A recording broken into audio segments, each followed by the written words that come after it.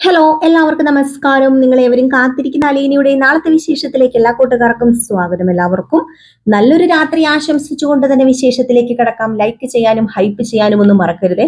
അപ്പൊ നേരെ വിശേഷത്തിലേക്ക് തന്നെ പോവുകയാണ്. അങ്ങനെ ആദ്യം കാണിക്കുന്ന സീന് തന്നെ നമ്മുടെ ബാലചന്ദ്രനും മക്കളും കൂടെ വീട്ടിലേക്ക് തിരിച്ചെത്തിയിരിക്കുകയാണ്. കുഴിമന്തിയും ബിരിയാണിയും ഒക്കെ കഴിച്ച് അവർ അടിച്ചു പൊളിച്ചിട്ടാണ് വന്നിരിക്കുന്നത്. ഏതായാലും വന്ന ഉടനെ തന്നെ അവരവരുടെ റൂമിനകത്തേക്ക് കയറിപ്പോയി. നമ്മുടെ ബാലചന്ദ്രന് ഒരു ചെറിയ ഉപദേശമൊക്കെ കൊടുത്തു. ഏതായാലും ബാലചന്ദ്രൻ തിരിച്ചെത്തിയതും വീണ്ടും ചോദ്യം ചെയ്യാനായിട്ട് വൈജയന്തി ഉണ്ടല്ലോ. വൈജയന്തി ചോദ്യം ചെയ്യാനായിട്ട് തന്നെ അവിടെ നിൽക്കുകയാണ്. അങ്ങനെ വൈജയന്തി ചോദിച്ചു, നിങ്ങൾക്ക് നാണമില്ലേ? ഞാൻ അറിയാൻ മേലാഞ്ഞിട്ട് ചോദിക്കുക. ഞാൻ ഇവിടെ ഉണ്ടാക്കി വെച്ചിരിക്കുന്ന ഭക്ഷണം ഈ പിള്ളേർ കഴിക്കാതിരിക്കാൻ വേണ്ടി തന്നെയല്ലേ നിങ്ങള് ഇവരെയും കൂട്ടിക്കൊണ്ട് പോയപ്പോ നിങ്ങൾ ഇവിടുന്ന് ഒരക്ഷരം മിണ്ടാതെ ഇറങ്ങിപ്പോയത്. നിങ്ങൾ മിണ്ടുന്നില്ലെങ്കിലും നിങ്ങൾ പറഞ്ഞു പഠിപ്പിച്ച കാര്യങ്ങൾ ഈ പിള്ളേർ എന്നോട് സംസാരിക്കുന്നുണ്ട്. ഒന്ന് ഓർത്തോണം, ഈ പിള്ളേരെ പ്രസവിച്ചത് ഞാനാണ്, നിങ്ങളുടെ ഈ 3 മക്കളുടെ അമ്മയാണ് ഞാന് എന്ന് പറഞ്ഞപ്പോഴത്തേക്കും നമ്മുടെ ബാലചന്ദ്രൻ പറഞ്ഞു, അതെ, എന്റെ 3 മക്കളുടെ അമ്മ എന്നുള്ളൊരു സ്ഥാനം മാത്രം ഉള്ളത് കൊണ്ടാണ് ഈ നെടുമ്പുരയ്ക്കൽ വീട്ടിൽ നീ നിൽക്കുന്നത്. ഇല്ലായിരുന്നുവെങ്കിൽ ഉണ്ടല്ലോ, തെരുവ് പട്ടിനെ അടിച്ചിറക്കുന്നത് പോലെ വീട്ടിൽ കയറി വന്ന പട്ടികളെ ആട്ടിപ്പായിക്കുവല്ലേ, അതിനേക്കാളും അപ്പുറമായിട്ട് ഞാൻ നിന്നെ ആട്ടിപ്പായിച്ചേനെന്ന് പറഞ്ഞപ്പോഴത്തേക്കും നമ്മുടെ വൈജ ചോദിച്ചു, അപ്പം ഞാൻ നിങ്ങളുടെ ആരാ? ഇപ്പം ഞാൻ നിങ്ങളുടെ ആരുമല്ലേ എന്ന് കണ്ണുകൾ നിറഞ്ഞു തന്നെയാണ് വൈജ ചോദിക്കുന്നത്. കാരണം വൈജയുടെ ചങ്കിനകത്ത് ഒരു വിങ്ങലാണ് കേട്ടോ. താൻ ആരുമല്ല, തന്റെ 3 മക്കളുടെ അമ്മ ആയതുകൊണ്ട് മാത്രമാണ് ഇപ്പോൾ അവിടെ കയറ്റി അല്ലെങ്കിൽ അവിടെ താമസിപ്പിച്ചിരിക്കുന്നത്. ഇല്ലായിരുന്നുവെങ്കിൽ അവിടെ താമസിപ്പിക്കില്ലായിരുന്നു എന്ന് പറഞ്ഞപ്പോഴേക്കും ഒന്നും അല്ലാതായിപ്പോയി വൈജ. വട്ടപൂജമായിപ്പോയി വൈജ. വൈജയ്ക്കാണെങ്കിൽ കണ്ണിലിങ്ങനെ തീ കത്തിപ്പിടിക്കുക കേട്ടോ നിന്ന്. ഏതായാലും ഇത്രവും പറഞ്ഞിട്ട്, നീ എന്റെ ആരുമല്ല, നീ ഇപ്പം എന്റെ മുമ്പിൽ നീ ഒരു പിശാച് അല്ലെങ്കിൽ രാക്ഷസി മാത്രമാണ്, ചോര ഊറ്റി കുടിക്കുന്ന വെറും രാക്ഷസി മാത്രമാണ്, യക്ഷിയില്ലേ, വടയക്ഷി മാത്രമാണ് എന്ന് പറഞ്ഞിട്ട് നമ്മുടെ ബാലചന്ദ്രൻ അങ്ങ് കയറിപ്പോയി. അപ്പോഴത്തേക്കും കൃഷ്ണമോള് ചോദിച്ചു, ഇതിന്റെ വല്ല ആവശ്യം ഉണ്ടായിരുന്നോ അമ്മയ്ക്ക്? വെറുതെ എന്തിനാ ഈ വായില് കിള്ളി കമ്പിട്ട് കിള്ളി മേടിക്കുന്നതല്ലേ ഇത്? ഇതിന്റെ ആവശ്യം ഉണ്ടായിരുന്നോ? ഞങ്ങൾ പുറത്തു പോയി ഫുഡ് കഴിച്ചു. അത് ഞങ്ങളുടെ അച്ഛന്റെ കൂടെ പോയല്ലേ ഫുഡ് കഴിച്ചത്, അല്ലാതെ വേറെ ആരുടെയും കൂടെ പോയല്ലോ. ഞങ്ങൾ ഫുഡ് കഴിച്ചു, കുറച്ച് പർച്ചേസിങ് നടത്തി, അങ്ങനെ ഞങ്ങളുടെ കാര്യങ്ങളൊക്കെ ചെയ്തിട്ട് ഞങ്ങൾ വന്നു. ഇനിയിപ്പം എന്തെങ്കിലും ഫുഡ് ഇവിടെ വെച്ചിട്ടുണ്ടെങ്കിൽ അത് വൈകിട്ട് കഴിക്കാമല്ലോ. വൈകിട്ട് ചൂടാക്കി കഴിഞ്ഞാൽ കഴിക്കാവുന്ന കാര്യമല്ലേ ഉള്ളൂ. ഇവിടെ ചൂടാക്കാനുള്ള എല്ലാ സാമഗ്രികളും ഉണ്ടല്ലോ. പിന്നെ എന്തിനാ അമ്മയ്ക്ക് എന്തിന്റെ സൂക്കേടാ? അമ്മ വെറുതെ അച്ഛന്റെ വായിലിരിക്കുന്നത് കേൾക്കേണ്ട ആവശ്യമുണ്ട്? എങ്ങനെയെങ്കിലും അച്ഛനെ തണുപ്പിക്കാനല്ലേ നോക്കേണ്ടതെന്ന് പറഞ്ഞപ്പോഴത്തേക്കും, ആരെയാണ് ഞാൻ തണുപ്പിക്കേണ്ടത്? തണുപ്പിച്ചിട്ട് എന്തിനാ? എനിക്ക് ആരെയും തണുപ്പിക്കേണ്ട ഒരാവശ്യമില്ല, ആരുടെയും കാലിൽ വീഴേണ്ട ഒരാവശ്യമില്ല എനിക്ക്. ദേ, ഈ വൈജ എന്നും വൈജയായിട്ട് തന്നെ ജീവിക്കത്തുള്ളൂ എന്ന് പറഞ്ഞപ്പം, അങ്ങനെ ജീവിക്കുന്നുണ്ടെ അമ്മ ജീവിച്ചോ, അമ്മയുടെ ഇഷ്ടത്തിന് അമ്മ ജീവിച്ചോ. ലാസ്റ്റ് കുടുംബം കുട്ടിച്ചോറായി പോകുമ്പം അമ്മ പഠിച്ചോളും. ദേ, ബബിതേച്ചിയും രോഹിതേട്ടനും അമ്മയോടൊന്നും മിണ്ടാതെ പോയത് എന്തുകൊണ്ടാണെന്നറിയാമോ? ഒരു കാര്യമില്ലെന്നറിയാൻ പറഞ്ഞ് നമ്മുടെ വായിലെ വെള്ളം പറ്റിക്കുക എന്നുള്ളതല്ലാതെ അമ്മ എന്തെങ്കിലും കാര്യമുണ്ടോ? ഒരു കാര്യമില്ല. അമ്മ ഇന്നലെ കാണിച്ചത് ശരിയാണോ? അമ്മ പകരത്തിന് പകരം വീട്ടിയതല്ലേ. വേലക്കാരിയെ വിളിച്ച് ഡൈനിങ് ടേബിളിൽ ഇരുത്തി ഫുഡ് കൊടുക്കാന്. അതിനെ ഞാനൊരു കാര്യം പറയട്ടെ, അലീന ചേച്ചി ഞങ്ങൾ വേലക്കാരി ആയിട്ടല്ല കണ്ടത്. അതുപോലെ തന്നെ അലീന ചേച്ചി ഇവിടെ ഒരു വേലക്കാരി ആയിട്ടല്ല നിന്നത്. ദേ, ഒരു കാര്യമെങ്കിലും ഓർക്കണം. കിടന്നില്ലേ ഹോസ്പിറ്റലിൽ 1-2 മാസം? അന്ന് മക്കളെ നോക്കാന് വേറെ ആരും ഇല്ലായിരുന്നു. അന്നുണ്ടായിരുന്നത് അലീന ചേച്ചി മാത്രമായിരുന്നു. അതെങ്കിലും ഒന്ന് ചിന്തിച്ചിരുന്നെങ്കിലേ ഒരുപക്ഷെ അമ്മയായേനെ. ഇല്ലായിരുന്നുവെങ്കില് ഞാൻ പറയുന്നില്ല എന്നൊക്കെ പറഞ്ഞിട്ട് നമ്മുടെ കൃഷ്ണമോൾ അങ്ങ് കയറിപ്പോയി. ഇതുങ്ങളെ നന്നാക്കാൻ വിചാരിച്ചാൽ നന്നാവത്തില്ല, ഞാൻ എല്ലാത്തിനും വെച്ചിട്ടുണ്ട് എന്നുള്ള രീതിയിൽ നമ്മുടെ വൈജ ഇങ്ങനെ നിന്ന് എന്തൊക്കെയോ പുറപുറ പറയുന്നുണ്ട്. ഇതിന്റെ കൂടെ സുനിതയാണെങ്കിലുണ്ട് കേട്ടോ. അപ്പൊ സുനിതയാണെങ്കിൽ നിന്നിട്ട്, ഇതെന്തപ്പാ ഈ കളികളൊക്കെ ഇവിടെ കാണുന്നത്? വലിയ വീട്ടിലൊക്കെ ഇങ്ങനെയൊക്കെയാണോ? സാധാരണ ഞാൻ വിചാരിച്ചത് വലിയ വീടൊക്കെയല്ലേ, വലിയ വീടും ബംഗ്ലാവും, വീടിന്റെ മുറ്റത്ത് നിന്ന് വീട് കണ്ടു കഴിഞ്ഞിട്ടുണ്ടെങ്കിൽ ഇതിന്റെ അകത്ത് ഇതൊക്കെയാ നടക്കുന്നതെന്ന് ആരെങ്കിലും പറയുമോ? അല്ലെങ്കിലും കൊച്ചമ്മയ്ക്ക് ഇച്ചിരി അഹങ്കാരം കൂടുതലാ. ഭർത്താവിന്റെ മുമ്പിലും മക്കളുടെ മുമ്പിലും ഇങ്ങനെയൊക്കെ സംസാരിക്കുക മാത്രമല്ല, ആ മക്കള് ജോലി ചെയ്യുന്നത് കണ്ടിട്ട് ചെയ്യണ്ടെന്ന് പോലും. ഇങ്ങനെ ആയിരിക്കുമോ പണക്കാര്? ഓ, ഇതുപോലത്തെ ഒരു പണക്കാരുടെ വീട്ടിൽ ഞാൻ നിന്നിട്ടില്ല എന്നുള്ള രീതിയിലൊക്കെ സുനിധി ഇങ്ങനെ തന്നെ നിന്ന് സംസാരിക്കുന്നുണ്ട്. ഏതായാലും സുനിധിയോട് പറയുന്നുണ്ട്, ഇതൊക്കെ കണ്ടിട്ട് നീ പേടിക്കുമൊന്നും വേണ്ട, ഇതിനേക്കാൾ വലിയ യുദ്ധം കാണാൻ കിടക്കുന്നതേ ഉള്ളൂ. പിന്നെ ഇവിടെ തീർക്കുക, ഇവിടെ ഉള്ളത് പുറത്തു പോയി പറയാതെ ഇവിടെ ഉള്ളത് ഇവിടെ തീർക്കുക. അല്ലാതെ പുറത്തു പോയി പറയാൻ നിന്ന് കഴിഞ്ഞിട്ടുണ്ടെങ്കിൽ പിന്നെ സുനിതയ്ക്ക് ഇവിടെ ജോലി കാണത്തില്ല. പിന്നെ സുനിത ജോലി നോക്കി വേറെ ഇടം പോകേണ്ട വരും.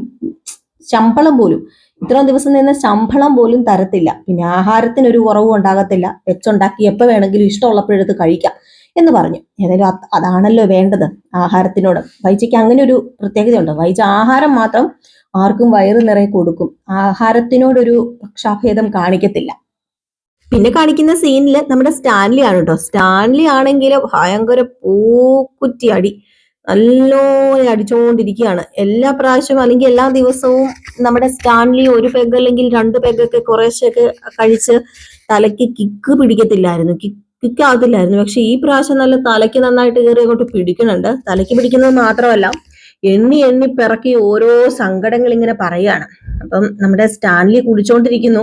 കുടിക്കുന്നതിനിടയിൽ സ്റ്റാൻലിയുടെ കൂടെ അപ്പച്ചനും ഉണ്ട്, ഔതക്കുട്ടിയുണ്ട്. അങ്ങനെ ഔതക്കുട്ടി ചോദിക്കുന്നുണ്ട്, എന്തിനാടാ നീ ഇതൊക്കെ വലിച്ചു കയറ്റുന്നത്? ആ പെങ്കൊച്ച് ഇതൊന്നും ഇഷ്ടമില്ലെന്ന് അറിയത്തില്ലേ എന്ന് ചോദിക്കുമ്പോഴത്തേക്കും, അവർക്ക് ഇഷ്ടമല്ലെന്നൊക്കെ എനിക്കറിയാം, പക്ഷെ ഇന്ന് ഞാൻ കുടിക്കും, എനിക്കിന്ന് കുടിക്കണം. ഇന്ന് കുടിക്കണം എന്താന്ന് ചോദിച്ചു കഴിഞ്ഞാല്, എന്റെ മകള് അവളെ എനിക്ക് ദൈവം കൊണ്ട് തന്നു. എവിടെയോ കിടക്കുന്ന ഈ കൊളുത്തുപുഴയിൽ ഒരു ഒറ്റ വീട്ടിൽ കിടക്കുന്ന എനിക്ക് ഇപ്പം ഒരു പ്രിൻസസിനെ കൊണ്ട് തന്നു. ഇപ്പം കൊളുത്തുപുഴയുടെ പ്രിൻസസ് ആണ് എൻ്റെ മോള് എന്ന് ഇങ്ങനെ പറയുകയാണ്. ഇനിയിപ്പം എൻ്റെ മോള് പ്രിൻസസ് ആണ് ഇവിടുത്തെ. അവളെയും കൊണ്ട് ഞാൻ കറങ്ങാൻ പോകും. അവളെയും കൊണ്ട് ഞാൻ ഈ ലോകമായ ലോകമൊക്കെ കറങ്ങും. ഈ ലോകമായ ലോകമൊക്കെ കറങ്ങി അവള് ഞാൻ എല്ലാം കാണിച്ചു കൊടുക്കും. ലാസ്റ്റ് ഞങ്ങളുടെ കറക്കമൊക്കെ കഴിഞ്ഞ് വന്നിട്ട് എൻ്റെ പ്രിൻസസിനെ കൊണ്ട് ഞാൻ ഒരു വിവാഹം കഴിപ്പിക്കും. ഒരു നല്ലൊരു രാജകുമാരനെ കണ്ടുപിടിച്ച് എൻ്റെ മോളെ ഏറ്റവും നല്ല രീതിയിൽ ഭംഗിയായിട്ട് ഞാൻ അവളുടെ വിവാഹം നടത്തി കൊടുക്കും. അതാണ് എൻ്റെ ആഗ്രഹം. എൻ്റെ മോള് ഇത്രയും നാള് അനുഭവിച്ചതിന് അവൾക്ക് ദൈവം അല്ലെങ്കിൽ അവളുടെ പപ്പ അവൾക്ക് കൊടുക്കുന്ന ഒരു ഗിഫ്റ്റ് ആയിരിക്കും അവളുടെ ജീവിതം എന്ന് പറയുന്നത്. നോക്കിക്കോ, അവൾ ഇത്രയും നാളും അനുഭവിച്ചില്ലേ, അതിനൊരു കാരണക്കാരനല്ലേ ഔതക്കുട്ടിയും. കൊട്ടാരമറ്റത്തിൽ ഔതക്കുട്ടിയും അതിനൊരു കാരണക്കാരൻ തന്നെയാണ്. കൊട്ടാരമറ്റത്തിൽ സ്റ്റാൻലിയുടെ മകൾ അനാഥയായിട്ടുണ്ടെങ്കിൽ അതിനൊരു കാരണം തന്നെയാണ് ഈ ഇരിക്കുന്ന ഔതക്കുട്ടിയും എന്ന് പറഞ്ഞുകൊണ്ട് നമ്മുടെ ഔതക്കുട്ടിയുടെ മേത്തേക്ക് നമ്മുടെ ഔതക്കുട്ടി പറഞ്ഞു, സ്റ്റാൻലി നീ എന്തൊക്കെയാ വിളിച്ചു പറയുന്നു? ആ പെങ്കൊച്ച് ഇവിടെ ഉണ്ട്, അവള് കേൾക്കും. നിന്റെ പ്രിൻസസ് ആണെങ്കിൽ നീ പ്രിൻസസ് പറയുന്നത് കേൾക്കണം, അല്ലാതെ നീ ആരും പറയുന്നത് കേൾക്കാതെ നീ ധിക്കരിച്ച് ഇങ്ങനെ ചെയ്യരുതേ.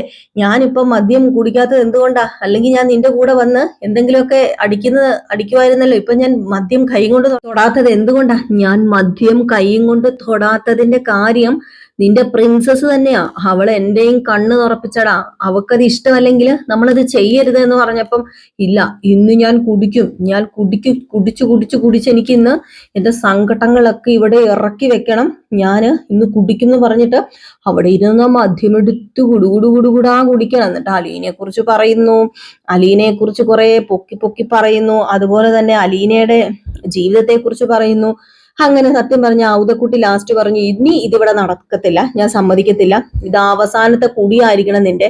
കുടിച്ച് നീ എവിടെ പോവാടാ? നീ നിന്റെ പ്രിൻസസിനെ കിട്ടിക്കഴിഞ്ഞപ്പോഴത്തേക്ക് നീ അങ്ങ് പെട്ടെന്ന് പോകാൻ വേണ്ടിയാണോ നീ ഇതുപോലത്തെ കൊലക്കുടി കുടിക്കുന്നതെന്ന് ചോദിക്കുമ്പം, മിണ്ടരുത് അപ്പച്ചൻ, മിണ്ടിപ്പോകരുത് അപ്പച്ചൻ, മിണ്ടണ്ട എന്നൊക്കെ പറഞ്ഞിട്ട് അവൾ എൻ്റെ പ്രിൻസസ് ആണ്, പ്രിൻസസ് എന്നും പറഞ്ഞ് അട്ടഹസിച്ച് കിടന്ന് ഭയങ്കര കോപ്രായങ്ങളൊക്കെ കാണിക്കുന്നുണ്ട്. ഏതായാലും നമ്മുടെ അലീന ഇത് കണ്ടു കഴിഞ്ഞിട്ടുണ്ടെങ്കിൽ അലീന എന്താ ചെയ്യാൻ പോകാന്ന് ഞാൻ പ്രത്യേകിച്ച് പറയേണ്ട കാര്യമില്ലല്ലോ. ഏതായാലും ഔതക്കുട്ടിയുടെ അടുത്ത് അലീന വന്ന് പറയുന്നുണ്ട്, ഇതത്രയ്ക്ക് ശരിയൊന്നും അല്ല വല്യപ്പച്ചൻ എങ്ങനെയെങ്കിലും പറഞ്ഞ് ഇതൊന്ന് മാറ്റിക്കൂടെ? ഇതൊന്നും മാറ്റിയില്ലെങ്കിൽ എന്താ? ഒരു റിട്ടയർഡ് കേണൽ എന്ന് പറയുന്നതിന് ഒരു ബഹുമതി അല്ലെങ്കിൽ ഗവൺമെന്റ് ഒരു അംഗീകാരം കൊടുക്കുന്നതല്ലേ. ആ ഒരു മനുഷ്യൻ ഇങ്ങനെ ചെയ്യുന്നത് ശരിയാണെന്ന് തോന്നുന്നുണ്ടോ? അതുകൊണ്ട് ഇതെങ്ങനെയെങ്കിലും നിർത്തിക്കണ്ടേന്ന് പറയുമ്പോൾ, മോളെ കൊണ്ടല്ലാതെ വേറെ ആരെക്കൊണ്ടും ഇനി പറ്റില്ല, മോളെ കൊണ്ടേ ഇനി പറ്റത്തുള്ളൂ. മോളൊരു കാര്യം ചെയ്ത് നിർത്താൻ വേണ്ടി മോളെ കൊണ്ട് പറ്റുന്ന രീതിയിൽ എന്താണെന്ന് വെച്ചാൽ ചെയ്യ്. പിന്നെ അവന് നല്ല സങ്കടവും ഉണ്ട്, അവൻ നല്ല സങ്കടം കൂടെ ഉള്ളത് കൊണ്ടാണ് അവൻ ഇങ്ങനെയൊക്കെ ചെയ്യുന്നത്. അവന് നിന്നെ ഒരുപാട് ഇഷ്ടമാണ്, വേറെ ആരെക്കാളും അവനിപ്പം നിന്നെ സ്നേഹിക്കുന്നുണ്ട്, പരിഗണിക്കുന്നുണ്ട് എന്ന് പറഞ്ഞപ്പോഴത്തേക്കും, ഓ സ്നേഹവും പരിഗണനയും ഒക്കെ എനിക്കൊക്കെ നന്നായിട്ട് അറിയാൻ വല്യപ്പച്ച. സ്നേഹിക്കുന്നത് എങ്ങനെയാണെന്നും പരിഗണിക്കുന്നത് എങ്ങനെയാണെന്നും. നമ്മൾ മരിച്ചു കഴിഞ്ഞിട്ട് നമ്മളെ സ്നേഹിച്ച് അല്ലെങ്കിൽ നമ്മുടെ ശവകുടീരത്തിൽ കൊണ്ടുപോയി ഒരു പൂ വെച്ചിട്ട് എന്താണ് കാര്യം ഇരിക്കുന്നത്? സ്നേഹിക്കുകയാണെങ്കിൽ അത് മനസ്സ് തുറന്ന് സ്നേഹിക്കണം, അത് പ്രകടിപ്പിക്കണം, അത് പ്രകടമാക്കണം. മകളെ മകളെ എന്ന് തന്നെ വിളിക്കണം, വാത്സല്യത്തോടു കൂടി തന്നെ വിളിക്കണം. ഒരു ഹഗ് അത് ഏതൊരു മകളും പ്രതീക്ഷിക്കുന്നതാണ്, അല്ലെങ്കിൽ ഏതൊരു അച്ഛനും പ്രതീക്ഷിക്കുന്നതാണ് എന്ന് പറഞ്ഞപ്പോഴത്തേക്കും അവൻ ഇങ്ങനെ ആയി പോയി, ഞാൻ എന്ത് ചെയ്യാനാ മോളെ, ഞാൻ പറഞ്ഞല്ലോ നിന്നെ കൊണ്ട് മാത്രമേ അവനെ മാറ്റിയെടുക്കാനായിട്ട് പറ്റത്തുള്ളൂ എന്ന് പറഞ്ഞു. അപ്പം നമ്മുടെ അലീന പറയുന്നുണ്ട്, മാറ്റും, ഞാനിത് മാറ്റും, മാറ്റിയില്ലെങ്കിൽ ഞാൻ മാറും, അത് ഉറപ്പാ, മാറ്റും, അത് ഉറപ്പായിട്ടുള്ള കാര്യമാണ് എന്ന് പറയുന്നുണ്ട്. അപ്പൊ ഇതിനിടയിൽ നമ്മുടെ സ്റ്റാൻലിനെ പോയി കാണുകയും സ്റ്റാൻലി അവിടെ ബോധമില്ലാതെ അടിച്ച് ലെക്കും ലെവലും ഇല്ലാതെ കിടക്കുന്നു. സ്റ്റാൻലിനെ പോയി കണ്ട് സ്റ്റാൻലിയുടെ നെറുകയിൽ ഇങ്ങനെ തലോടുന്നുണ്ട് കേട്ടോ. ഇതൊക്കെ സ്റ്റാൻലി അറിയുന്നുണ്ടോ എന്ന് അറിയില്ല. എന്നിട്ട് നമ്മുടെ അലീന വന്ന് ബൈബിളിന്റെ മുമ്പിൽ ഇങ്ങനെ ഇരിക്കുകയാണ്. എന്തൊക്കെയാണ് സംഭവിക്കുന്നത്, എന്തൊക്കെയാണ് നടക്കുന്നത്, ഇനി എന്തൊക്കെ സംഭവിക്കാനുണ്ട് എന്ന് പോലും അറിയത്തില്ലാത്തൊരു അവസ്ഥയിൽ നമ്മുടെ അലീന ഇങ്ങനെ ഇരിക്കുന്നുണ്ട്. അലീന ഇങ്ങനെ ആ ഒരു ബൈബിളിൽ ഇങ്ങനെ ബൈബിൾ ഇങ്ങനെ വെച്ചിട്ട് ഒരു മെഴുകുതിരിയൊക്കെ കത്തിച്ചിട്ട് ഇങ്ങനെ കിടക്കുകയാണ് കേട്ടോ. ഏതായാലും ഇത് കഴിഞ്ഞിട്ട് പിന്നെ കാണിക്കുന്ന സീൻ എന്നൊക്കെ പറഞ്ഞു കഴിഞ്ഞിട്ടുണ്ടെങ്കിൽ നമ്മുടെ സ്റ്റാൻലിയുടെ, അതായത് കൊളുത്തുപുഴയിൽ ഒരു സ്ത്രീ വരുന്നുണ്ടല്ലോ. മിക്ക ദിവസവും അവിടെ തൂത്തുവാരാനും തുടച്ചു വാരാനും ഒക്കെ ഒരു സ്ത്രീ വരുന്നുണ്ട്. ആ സ്ത്രീയുടെ കയ്യിൽ ആവശ്യത്തിലധികം പയറും അങ്ങനെ അങ്ങനെ പയറുവർഗം, അരി, അങ്ങനെയുള്ള സാധനങ്ങളൊക്കെ കൊടുത്തു വിടുന്നുണ്ടല്ലോ. അപ്പൊ അങ്ങനെയുള്ള സാധനങ്ങളൊക്കെ കൈയോടുകൂടി നമ്മുടെ പൗലോസ് കൊടുക്കുന്നത്, പൗലോസ് ആണ് കേട്ടോ ഇതിന്റെ ഇടനിലക്കാരൻ, പൗലോസ് ആണ് ഇതെല്ലാം എടുത്തു കൊടുക്കുന്നത്. പൗലോസ് ഇത് കൊടുക്കുന്നത് നമ്മുടെ അലീനെ കാണാൻ ഇടയാകുകയാണ്. അലീന വന്നിട്ട് അതിനിടയിൽ ഈ ആന്റപ്പൻ പറയുന്നുണ്ട്, വേണോ, ഇതിന്റെ ആവശ്യമുണ്ടോ എന്നൊക്കെ ചോദിക്കുന്നുണ്ട്.